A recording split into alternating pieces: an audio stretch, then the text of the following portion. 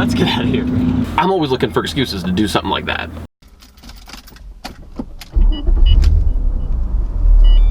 Good afternoon and welcome to another episode of Treats on the Streets. My name is Gavin. Today, my friends, we're going to be talking about just how you can get out of a speeding ticket guaranteed.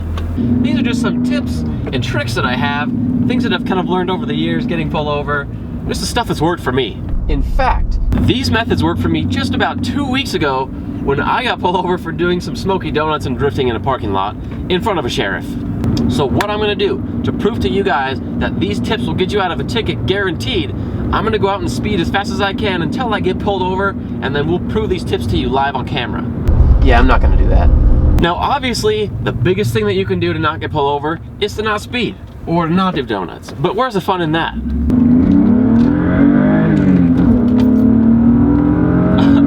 I left traction control on. So assuming that we're all out there to have a good time, responsibly of course, let's get into the biggest things that I think can help get you out of a ticket once you're pulled over. Because hey, let's be honest, it happens.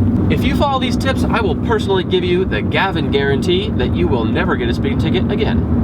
That's right, guaranteed. First and foremost, the best kind of maintenance is preventative maintenance. You want to stop the bad things from happening, so that's the first kind of thing we're going to get into. And for preventative maintenance for getting tickets, I'm talking about radar detectors. Now, does having a radar detector mean that you are never going to get pulled over? Probably not. But I can tell you that in the past, since I was 16 years old, I've had 3 different radar detectors, and each one of them progressively was more expensive than the last. Even with that, every single radar detector that I have bought has paid for itself in preventing me from having to pay for speeding tickets. There were plenty of times where I would have gotten pulled over if I didn't have one to warn me to slow down, but because I did slow down, and I did not get pulled over, and I did not have to pay for a ticket. The first one I ever had was a cheaper Cobra. I think it was like 95 bucks. The second one I had was an Escort Passport, I think the 9500 or the 8500, I don't remember. I like that one a lot. And then right now I have the Valentine 1, and I really like that one because not only does it work very well, but it also gives you an idea about where the cops are, whether they're in front of you, behind you, to the left or the right. It's the first time I ever bought a radar detector. Whenever I don't have one in the car, it makes me feel naked. If you've never had one before, you're not really gonna know what I mean by that. Having something in my car that alerts me when there's police around that are trying to detect how fast I'm going, I'll be warned about it.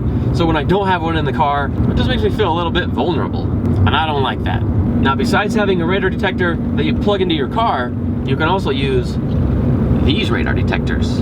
You can get to know and learn about places that cops might be hiding. So just be looking ahead, looking to where they could be hiding around objects, hiding around corners or buildings, things like that. So now let's assume that somehow your radar detector didn't go off, or that it didn't warn you in time, and that you just didn't see the cop. And now the worst case scenario has happened. You're on the side of the road, there's some red and blue flashing lights behind you, and you think you're screwed. Now, in my opinion, there's 2 kinds of cops. There's the kind of cop that's a cop because in high school they were bullied, they never had any authority or felt like they were above anyone, and so they took the opportunity being a police officer to be able to tell people what to do and exert their authority on people. Those are the worst kind of cops, but hey, they're out there. The second kind of cops are the people that are just good people, and they just want to help people follow the law and protect others from bad things happening. No matter which kind of cop you run into, the first or the second kind, these next tips that I have for you will work for either of them. Now let's be honest.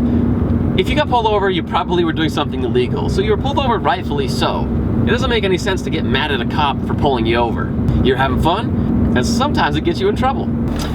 At this time, don't panic. There's still some tricks up your sleeve.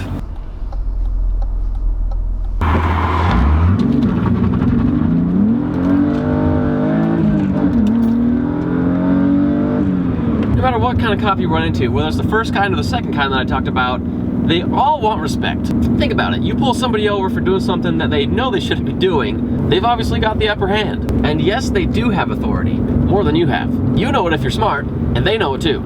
If you challenge their authority, that's pretty much the worst thing that you can do in this situation. Because the more that you question it, the more that you challenge it, the more they're gonna flex their muscles of the kind of authority that they have, and the worse it's gonna turn out for you. Yes, okay, sometimes maybe you shouldn't have been pulled over, maybe they were being stupid, but in this situation, it's best for you to let go of your ego and do what you've gotta do to get what you want, which is not getting a ticket. Showing respect and being courteous are the things that are gonna change them from being really angry and pissed off and just really wanting to screw you, or being nice and cutting you a break, even when you are being an idiot. These are the steps that I recommend taking when you get pulled over to really let the officer know that, hey, I respect you. I know I was doing something stupid.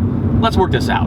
When you get pulled over, if it's in the nighttime, turn on all the cabin lights so they can see what's going on. It makes them feel more safe and that you're not some sketchy guy. They have no idea if the car that they're walking up to has someone who's hostile or someone who's armed in it, or if it's going to be someone who's a good citizen. So help them relax and help them see that you're one of the good guys. When they ask you to roll down the windows, roll them down all the way. And make sure that when they're approaching the car, that both of your hands are on the steering wheel where they can see them. When they approach you and start talking to you, speak to them calmly, and just most of all, be honest about what was going on. If you were speeding, tell them you were speeding. If they caught you doing donuts, tell them you just wanted to have a good time. Obviously, they know that's what you were doing. Trying to lie and talk your way around it is just going to get you in more trouble. They're not stupid. You're not the first person they pull over. And 90% of the cops out there deserve your respect anyways. Now you know the routine. Next they're going to ask for your driver's license and registration and all that stuff. Another way you can show that you really respect cops, you respect that person individually and respect their authority, which they're going to appreciate, is by asking for permission to reach for those things.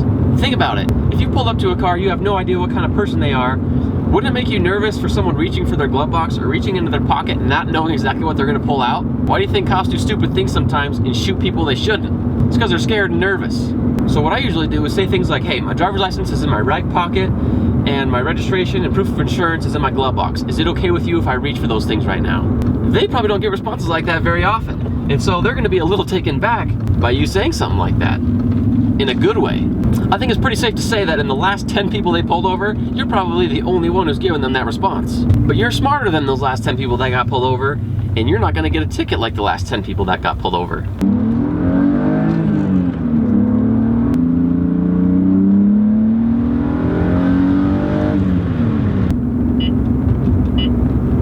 Ooh, there's a cop. The next thing that I found to be really helpful is if it's a guy, call him sir. If it's a woman, call him ma'am. Those are terms that show respect.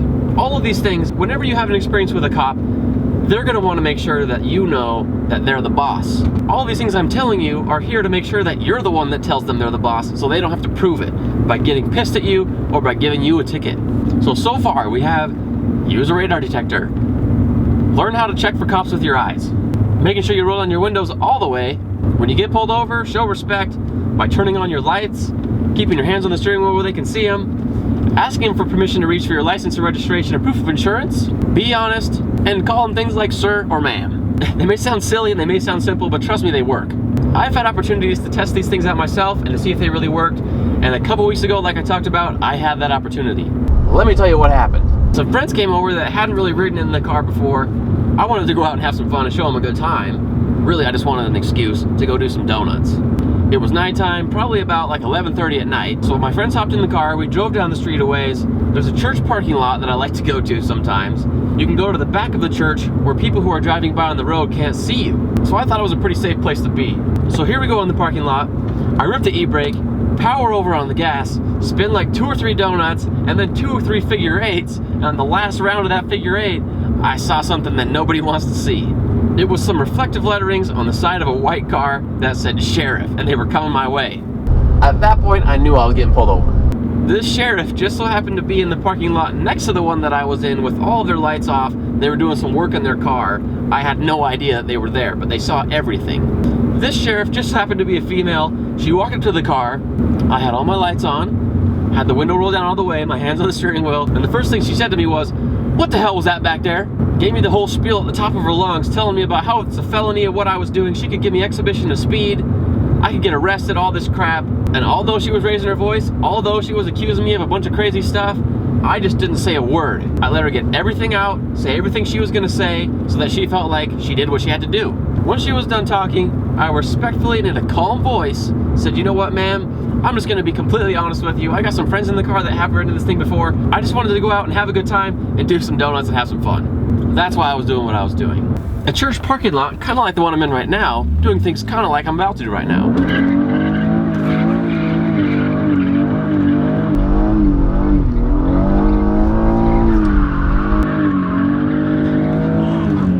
Okay, let's get out of here. I'm always looking for excuses to do something like that. Then she proceeded to ask for my license registration. I told her my driver's license is in my right pocket and that my registration and proof of insurance is in my glove box. is it okay with you if I reach for those right now? I could tell that she was a little surprised that I said that, and then she gave me permission to do so. I gave her my stuff, she walked back to the car. At this point, I could tell that she had calmed down a lot once I started talking to her, and I was pretty confident that I wasn't gonna get a ticket, even though I rightfully deserved one. After about 5 minutes or so, she came back to the car with a smile on her face this time, told me that she appreciated the respect that I showed, she appreciated that I was honest with her and didn't give her any bull. And here's where the surprising thing happened. She said me doing that in a church parking lot where their house is around gives them an opportunity to call and to complain and kind of forces her hand a little more on busting me.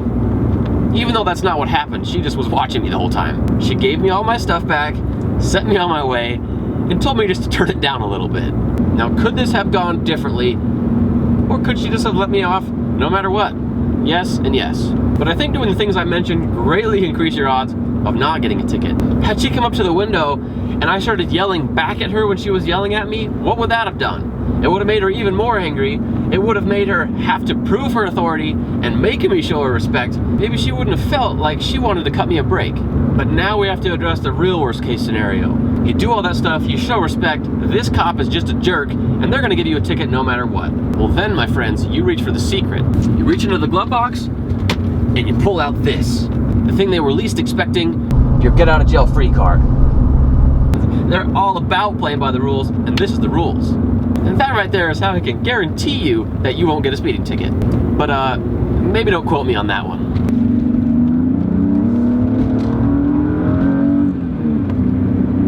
Anyways guys, I just wanted to make this little fun video for you guys today and hopefully increase your chances of being able to go out and have some fun responsibly, of course, and not get yourself into trouble. I know I probably didn't think of everything. If you have some good ideas or experiences that you personally have had to get yourself out of a ticket, I'm sure we'll all find ourselves in a situation where we may appreciate it. I want to thank you guys all for watching today. If you guys enjoyed today's video, don't forget to give it a big thumbs up. If this is your first time heading over to the channel, please subscribe. And if you want to make sure not to miss a video, don't forget to click the notification bell as well. For more Church on the Streets, you guys can click these videos here, and I will see you guys next time.